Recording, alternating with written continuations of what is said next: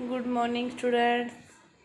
कक्षा 7वीं के विज्ञान के 9वें लेसन मृदा के बारे में अपने पढ़ रहे हैं। तो आधे से ज़्यादा जो इसका भाग है वो अपने पहले कर चुके हैं। तो लास्ट जो टॉपिक है वो अपना बचा हुआ है मृदा और फसलें, उसी के बारे में अपने अब पढ़ेंगे। मृदा और फसलों के बारे में अपने पढ़ रहे हैं। तो देखो क्या दे रखा है कि जो विभिन्न प्रकार की मृदा है उसमें विभिन्न प्रकार की अलग अलग प्रकार की ही फसलों का उत्पादन हो सकता है। एक ही प्रकार की फसलें या एक ही प्रकार की मृदा में सभी प्रकार की फसलें नहीं उत्पादित हो सकती। तो भारत के सभी क्षेत्र हैं, भारत के राज्य है 2829, हर राज्य में अलग अलग जिले हैं। तो हर जगह क्या पाई जाती है, अलग अलग प्रकार की मृदा ही पाई जाती है। एक ही प्रकार की मृदा भारत में नहीं पाई जाती। तो कुछ क्षेत्रों में तो मृण्मय मृदा पाई जाती है, कुछ क्षेत्रों में बलुई मृदा पाई जाती है, तो कुछ क्षेत्रों में दुमटी मृदा पाई जाती है। तो सभी क्षेत्रों में क्या पाई जाती है, अलग अलग प्रकार की मृदा ही पाई जाती है। तो पवन, वर्षा, ताप, प्रकाश और आर्द्रता द्वारा मृदा क्या होती है, प्रभावित होती है। किसी जगह का ताप कैसा है तो उस जगह की जो मृदा है वो उसी प्रकार होगी।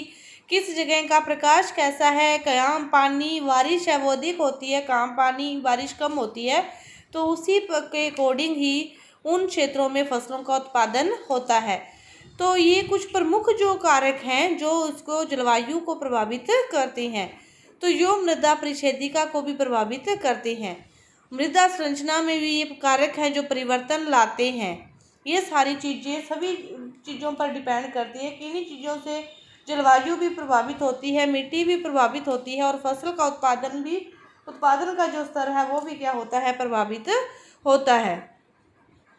तो किसी क्षेत्र विशेष में उगने वाली जो वनस्पति है और फसलों की किस्मों का निर्धारण इन्हीं के निर्धारण के द्वारा ही संभव हो पाता है। तो जो मृण्मय है और दुमती मृदा है, दोनों ही गेहूं और चने जैसी फसलों के लिए बहुत ही उपयुक्त होती है। कि जिन क्षेत्रों में मृण्मय मृदा पाई जाती है और दुमती मृदा पाई जाती है उन क्षेत्रों में गेहूं और चने की फसलों का उत्पादन अच्छा होता है, उनके लिए यह उपयुक्त होती है। और ऐसी मृदा क्यों उपयुक्त होती है, क्योंकि ऐसी मृदा की जो जल धारण की क्षमता है वो काफ़ी अच्छी होती है। धान के लिए मृत्तिका और जैव पदार्थों से समृद्ध और अच्छी जल धारण क्षमता वाली मृदा आदर्श होती है। धान के लिए मृत्तिका और जैव पदार्थों से समृद्ध, जिसमें जैव पदार्थ प्रचुर मात्रा में पाए जाते हैं और जिनकी जल धारण क्षमता भी काफ़ी अच्छी है, वैसी मृदा ही आदर्श होती है। मसूर और अन्य दालों के लिए दुमटी मृदा की आवश्यकता होती है, जिनमें से जल की निकासी आसानी से हो जाती है। कपास के लिए बलुई मृदा और दोमट मृदा बहुत अधिक उपयुक्त है। हर फसल के लिए अलग अलग प्रकार की मृदा ही उपयुक्त होती है। इसमें क्या होता है कि जल की जो निकासी है वो आसानी से हो जाती है। बलुई दोमटी मृदा में क्या हो जाती है, जो जल की निकासी है आसानी से हो जाती है और जो पर्याप्त परिमाण में वायु को धारण करती है, कि जितना इसका परिमाण है उतनी ही ये वायु को धारण करती है। देखो इससे पहले एक चीज़ दे रखी थी ग्राम और किलोग्राम के बारे में। ये दोनों क्या हैं, द्रव्यमान के मात्रक हैं। ग्राम भी और किलोग्राम भी दोनों ही द्रव्यमान के मात्रक हैं। 1 ग्राम जो द्रव्यमान की वस्तु का जो भार है वो 1 ग्राम भार होता है और 1 किलोग्राम वस्तु की को अपने क्या कहेंगे, 1 किलोग्राम भार कहेंगे। कि 1 ग्राम की वस्तु है तो अपने कह देंगे कि इसमें 1 ग्राम भार है, और यदि कोई वस्तु 1 किलोग्राम की है तो हम कह सकते हैं कि इसमें 1 किलोग्राम भार है। यद्यपि दैनिक जीवन में और वाणिज्य और उद्योग में द्रव्यमान व भार के बीच सामान्यतः अंतर नहीं किया जाता, लेकिन अपने उच्च कक्षाओं में इसमें भी अंतर पढ़ेंगे। कि नॉर्मली चीज़ों के लिए अपने इसमें अंतर नहीं पढ़ते, लेकिन बड़ी कक्षाओं में आप जाओगे, आके स्टडी करोगे तो आप द्रव्यमान और भार में क्या अंतर है उसके बारे में भी आप वहाँ पढ़ोगे। इसके बाद देखो कि गेहूं जैसी जो फसलें हैं वो महीन मृण्मय मृदा में पाई जाती है।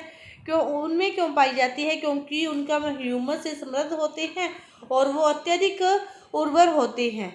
तो अपने उन क्षेत्रों का नाम और मिट्टियों का नाम लिख के अपने अपने क्षेत्रों का इस सारणी को पूरी कर सकते हो कि गेहूं की फसल किस मिट्टी में, कपास की फसल किस मिट्टी में, चने की फसल किस मिट्टी में। आपने इस वीडियो को ही देखा है तो आप इस सारणी को पूरा कर सकते हो। इसके बाद देखो एक केस का अध्ययन दे रखा है, आपको कोई कहानी दे रखी है कि जो जॉन, रशीदा और राधा है वो मध्य प्रदेश में सुहागपुर नाम के किसी स्थान पर लीलाधर दादा और संतोष मालवीय के घर गए। तो लीलाधर दादा क्या कर रहे थे, सुराही, मटका और कुल्हड़ आदि बनाने के लिए जो मिट्टी को तैयार करते हैं पहले, उसको तैयार कर रहे थे। तो उन तीनों ने उससे बात की कार्य के विषय में, और वो बात कैसे थी। जॉन पूछता है कि आप मिट्टी कहाँ से लाए थे, क्या आप मिट्टी तैयार कर रहे हो तो पहले ये मिट्टी कहाँ से लेकर आए हो। तो उनको लीलाधर दादा जवाब देते हैं कि हम किसी बंजर भूमि से काली मिट्टी लाते हैं। हाँ, बंजर भूमि जहाँ पर किसी भी प्रकार की फसल का उत्पादन नहीं होता, उसी भूमि को क्या कहते हैं, बंजर भूमि। कि हम किसी बंजर भूमि से काली मिट्टी लाते हैं। तो राधा क्या कहती है कि मिट्टी को तैयार कैसे करती हैं। तो दादा कहते हैं कि सूखी मिट्टी को किसी भी आप बड़ी टंकी में डालकर उसमें कंकड़ पत्थर आदि को निकाल देते हैं। हटाने के बाद मिट्टी को लगभग 8 घंटे तक भिगो देते हैं। पहले तो मतलब कंकड़ पत्थर निकालते हैं और उसके बाद उसको 8 घंटे के लिए भिगो देते हैं। और इस मिट्टी में घोड़े की लीद की कुछ मात्रा डालकर उसे गूंथ लिया जाता है।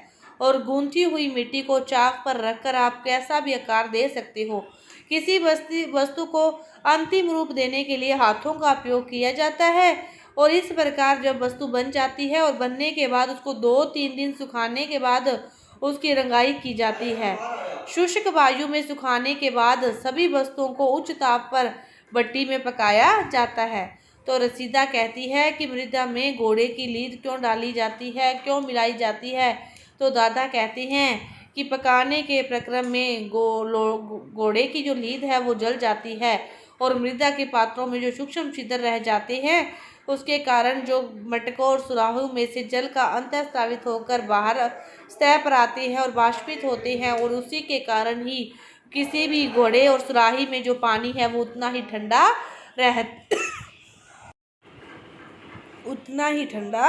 रह सकता है। इसके बाद देखो मृदा अपरदन। कि मृदा अपरदन क्या होता है कि जल, पवन और बर्फ के द्वारा जो मृदा की ऊपरी सतह हट जाती है, कि ज़्यादा पानी आने से, ज़्यादा हवा तेज आने से उसकी जो ऊपरी परत है वो हट जाती है, वही क्या कहलाता है, अपरदन कहलाता है। पादपों की जो जड़ें हैं वो मृदा को मजबूती से थामे रखती है, लेकिन जिस स्थान पर पादपों की अनुपस्थिति है वहाँ की मृदा ढीली होती है, वह आसानी से ही हवा के साथ, पानी के साथ बह जाती है।